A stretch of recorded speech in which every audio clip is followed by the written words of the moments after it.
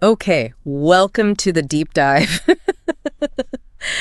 Buckle up, because we are about to plunge, headfirst into an absolutely electrifying 2025 Austrian Grand Prix. Yeah, this race. Wow, it really had it all, didn't it? Totally. From those shocking early exits that, reshape the whole championship picture, Right. to a really nail-biting battle for the win that went right down to the wire. Exactly. And our focus today is specifically on what unfolded at the iconic Red Bull Ring. Right. And to make sure you get the clearest picture of all that chaos and excitement, we've meticulously sifted through all the race results, the driver reactions, the raw stuff. The minute-by-minute updates, too. Oh, yeah, minute-by-minute updates, expert commentary, the lot. Okay. Our mission here is really to cut through all that noise. Yeah. And deliver the essential nuggets of knowledge. Helping you understand not just what happened. Exactly, but why it truly mattered. Yeah. Especially Especially when we look at the evolving championship picture. It felt like the drama for some drivers kicked off even before the lights went out. Carlos Sainz for Williams. He had an absolutely nightmarish pre-race. Well, absolutely. What is a start like that? They called it Tetrico, even before the race begins. Tell us about the pressure, the margins these teams work with. Well, it's a stark reminder, isn't it? Sainz got stuck in first gear on the formation lap. Right. I mean, for a driver and team, that's just an instant heart sinker. Right. And then, as if that wasn't enough, we saw actual fire coming from the rear brake ducts of his car.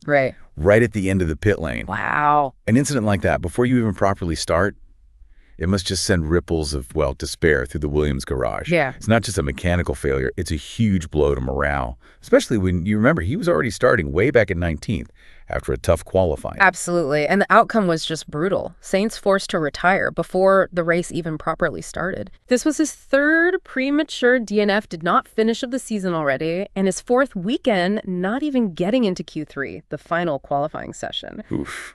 That's a truly dismal start, and it definitely set a chaotic tone, didn't it? Highlighting that sheer bad luck that can just derail everything. And the chaos, unfortunately, it didn't stop there. It continued almost immediately once the race did get underway. Right, the start itself. Lando Norris for McLaren, he held on to his lead from pole. Good start for him. While his teammate, Oscar Piastri, made a fantastic jump. Got past Charles Leclerc's Ferrari for second. Great move. But then, lap 1, turn 3, right. An early championship shocker that just stopped everyone in their tracks. Yeah, Kimi Antonelli in the Mercedes. He locked his rear brakes, lost control. Oh, no. And collided with Max Verstappen in the Red Bull. Both cars just instantly out of the race. Just like that. And the safety car was out immediately, right? Neutralizing the whole field moments after the start. Right away. But what's really fascinating here, I think, isn't just the crash itself, but what happened after. The interaction. Yeah, Antonelli went straight over to apologize to Max. And Verstappen, pretty pragmatic about it, confirmed they're good friends and basically said, case closed. He said something like, everyone makes mistakes in racing. Exactly. Everyone commits errors. Yeah. Which is, quite mature, but still. This incident had an immediate massive impact on the championship for Max. A key contender losing crucial points right at the start. Absolutely. Every point counts, especially this season. Definitely. So Verstappen's early exit obviously shook things up, but as the safety car went in and the race really got going, it was another team that just took over the narrative, McLaren. Oh, completely. They really showed their strength. Norris and Piastri, they ran 1-2 for almost the entire race. Their pace was just relentless, wasn't it? Consistently setting those blistering lap times like in the 1.09s. Yeah, practically everyone else was struggling just to keep up. And this was, McLaren's fourth double podium of the season already? Incredible consistency. But within that dominance, the battle between the teammates, that was fierce. And that's where it got really interesting. Piastri was just relentlessly pressuring Norris. The gaps were tiny sometimes. Yeah, often less than a second. We saw moments like 0.599 seconds between them early on. Piastri even managed to get past Norris briefly at turn 3. Oh, yeah, I remember that. Before Norris immediately snatched the lead back at turn 4. The sources called it a great battle. It really was. And that intra-team fight, it wasn't just on the track, it was playing out over the team radio, too. We heard Norris asking the pit wall for more speed, didn't we? Only to be told Piastri was actually faster in the high-speed zones. Although the team thought maybe he was just traffic helping Piastri out there. Right. But what does that kind of real-time chat reveal? about the mental chess game between teammates fighting for the win with the whole team listening in. It reveals, well, everything really. McLaren's superiority, which some described as insulting to the rest of the field. It's not just about winning races. It sets up this fascinating internal dilemma. When your only real rival is your teammate, how does that change things? Does it push them harder or risk friction? Exactly. Does it foster innovation as they push each other to new heights? Yeah. Or does it risk that internal friction boiling over? So this isn't just about points. It's a test of nerve and a test of the team's management. Can they handle two potential title contenders? History shows that can lead to brilliance, but also, high drama. Absolutely. Well, after such an intense race, especially for those two, it's always good to hear from the drivers themselves. Lando Norris on the top step, he called it a hard race, hot too. It looked it. But ultimately, a perfect result as a team. Said a double is what we wanted. He even admitted battling Piastri was stressful but fun. Stressful but funny, I bet. Piastri in second, he hoped it was interesting to see from the outside. It was. But confessed it was tough from the car. He called it a good battle, maybe a bit at the limit. A bit at the limit, yeah. And Charles Leclerc, third for Ferrari, he was pretty honest, wasn't he? Acknowledged their pace just was not sufficient. Said he pushed hard, degraded the tires in the first stint, but yeah, it's part of the game. Hearing them directly like that, it really gives you a sense of the intensity, the challenges they faced out there. Even on the podium, it's never easy. Never. Okay, so beyond the front runners, beyond McLaren's dominance, this race also gave us some, unexpected heroes and some really impressive strategic drives. Fernando Alonso, for instance. Ah, yes, Alonso. Despite all his pre-race struggles, starting 11th, saying his Aston Martin felt unconducible, like undrivable. Yeah, said he'd put the car upside down trying to find pace. How does a driver even approach a race mentally when the car feels that bad beforehand? It takes huge mental strength, which Alonso, he clearly has in spades. His race was just a strategic masterclass. Running long, wasn't he? Incredibly long. He was the last driver to make his first pit stop, way out on lap 35, running that long stint on older tires. Yeah. This is a massive gamble.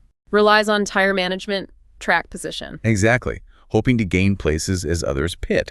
Requires incredible precision and discipline from the driver. And then he got stuck into that battle with Liam Lawson in the RB. Yeah, stayed right in Lawson's DRS for ages, but the Aston Martin just didn't have the top speed, making an overtake really difficult. But the real drama for Alonso came right at the end, didn't it? With Gabriel Bortoleto closing in fast. Oh, yeah.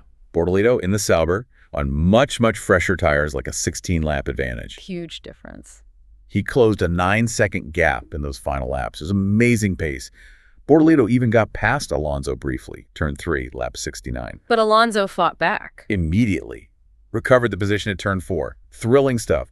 Alonso admitted later he just couldn't defend against Bortoleto without getting that DRS tow from Lawson ahead. And he mentioned the blue flags, too. Yeah. Thankful for blue flags involving Norris that momentarily slowed Bortoleto, created a crucial buffer.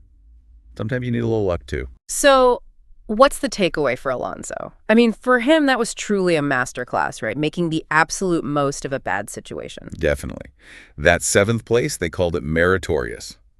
Earning 6 points, which he said, saben muy bien, taste very good. Which seemed impensable, unthinkable, given where he started and the car issues? Right.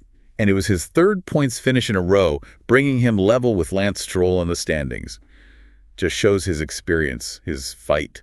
And that brings us perfectly to Gabriel Bortoleto's performance, a real breakout drive for him. Absolutely. Scored his first ever Formula One points, finishing a brilliant 8th. And the connection with Alonso there. That was quite something. Really heartwarming, wasn't it? Alonso going straight to congratulate his A14 Academy pupil after the race. They had that very nice battle on track, master versus student, and then real respect off it. Lovely to see. And it was a big day for Sauber, too. Huge. Their first double points finish of the season, with Nico Hülkenberg coming home 9th. Alonso even commented on Sauber's progress, didn't he? He said they're giving giant steps. Yeah, and that we have to remove the idea that it's last year's Sauber. Says they can now lead the mid-zone. Wow. It really highlights how important a rookie's first points are and how much a team's progress means in that super competitive midfield. And we should also give a shout out to Liam Lawson. Best result of his season, finishing an impressive 6th for RB. Yeah, strong drive from him. It's genuinely exciting, isn't it? Seeing this emergence of new talent like Bortoleto and Lawson really making their mark, adding another layer of intensity throughout the whole field. Definitely adds spice. Now, looking at the broader strategic place, Right, the pit stops. most teams, most drivers, seem to aim for a single stop, typically going from the medium tire to the hard tire. Like Norris pitted lap 21 for hards, Piastri lap 25, also for hards. Yep. Though, interestingly, George Russell went for a two-stop strategy. Used two sets of mediums and one hard. Trying something different. Trying to find an advantage. And the track temperature, getting close to 50 degrees C on the asphalt, that hugely influenced tire wear, tire degradation, and all those strategic calls. Always a high-stakes gamble, isn't it? How much grip versus how long the tires last. Always. And as ever in F1, there was plenty of mid-race drama, penalties adding more complexity. Ah, yes, the incidents. Yuki Tsunoda in the RB. Yeah, collided with Franco Colapinto's Alpine at turn 4, lap 31. Earned Tsunoda a 10-second penalty for that one. And then Colapinto himself got a penalty later. He did. A 5-second penalty for forcing Piastri off the track. That was on the back, straight after turn 3, lap 54. And for Williams, just a weekend to forget, really. Alex Albon had to retire on lap 17. Unspecified problems, compounding the misery after SAINZ'S DNF before the start. Just a disastrous weekend for them. What do all these incidents tell us about the fine line these drivers are constantly walking? Well, they're just a constant reminder that F1 isn't only about raw speed up front. It's this incredible tightrope walk, isn't it? Aggression, precision, sticking to the rules right across the grid. These moments highlight the pressure everyone's under, fighting for every single inch, knowing one tiny misjudgment can cost points, or worse, end your race. Every position, every point matters, especially now. Especially as the championship heats up. Okay, let's unpack the final results then. Because the standings tell a fascinating story, shaping not just this race, but the whole season narrative. Lando Norris taking the win. Followed by Oscar Piastri in second at McLaren 1-2, and Charles Leclerc completing the podium in third for Ferrari. And rounding out the top 10 point scores. Right, we had Lewis Hamilton fourth, George Russell fifth, then Liam Lawson an excellent sixth. Fernando Alonso, that fighting seventh. Gabriel Bortoleto grabbing his first points in eighth, Nico Hülkenberg ninth for Sauber's double points, and Esteban Ocon 10th for Alpine. Okay, now for the big picture. The Evolving Drivers' Championship. Oscar Piastri still leads, 216 points. But this race was a huge shift. Lando Norris closed that gap significantly. He's now just 15 points behind Piastri on 201 points. Wow, just 15 points. People are calling this race a point of inflection, aren't they? Saying the title fight has become cosa de dos, a thing of two. It really feels like it could be heading that way. Makes you wonder, doesn't it, if this McLaren superiority continues. The real battle isn't Red Bull or Ferrari. But it's entirely within McLaren. And that brings its own unique kind of pressure, managing that internal fight. Huge pressure. And Max Verstappen. Despite his DNF, he's still third with 155 points. But the gap to those McLarens is definitely widening now. That changes the dynamic for the rest of the season considerably. Yeah, it really does. And just on a different note, good news for the track itself. The Austrian Grand Prix contract was extended all the way to 2041, so it's staying as a firm fixture on the F1 calendar. Good to hear. So connecting all those dots, McLaren's dominance, that fierce internal rivalry, it's going to be absolutely critical going forward, setting up what could be an epic, maybe very tense championship battle. What a truly unpredictable, absolutely captivating deep dive this Austrian Grand Prix turned out to be. We saw McLaren just relentless, that masterclass from Alonso, Bortoleto's brilliant debut points, and those shocking early exits for big contenders. Yeah, it really delivered. And given McLaren's current form, the rise of these exciting young talents like Bortoleto and Lawson, and the unexpected challenges faced by guys like Verstappen and Sainz. Well, this race really begs an important question, doesn't it? Which is? Are we actually witnessing a genuine shift in the power dynamics in Formula One? Or was this just one particularly dramatic, unpredictable weekend that, will be quickly forgotten? What stands out most to you after all this? What are you going to mull over or explore on your own? Lots to think about there. Keep exploring, keep questioning, and definitely join us next time for another deep dive.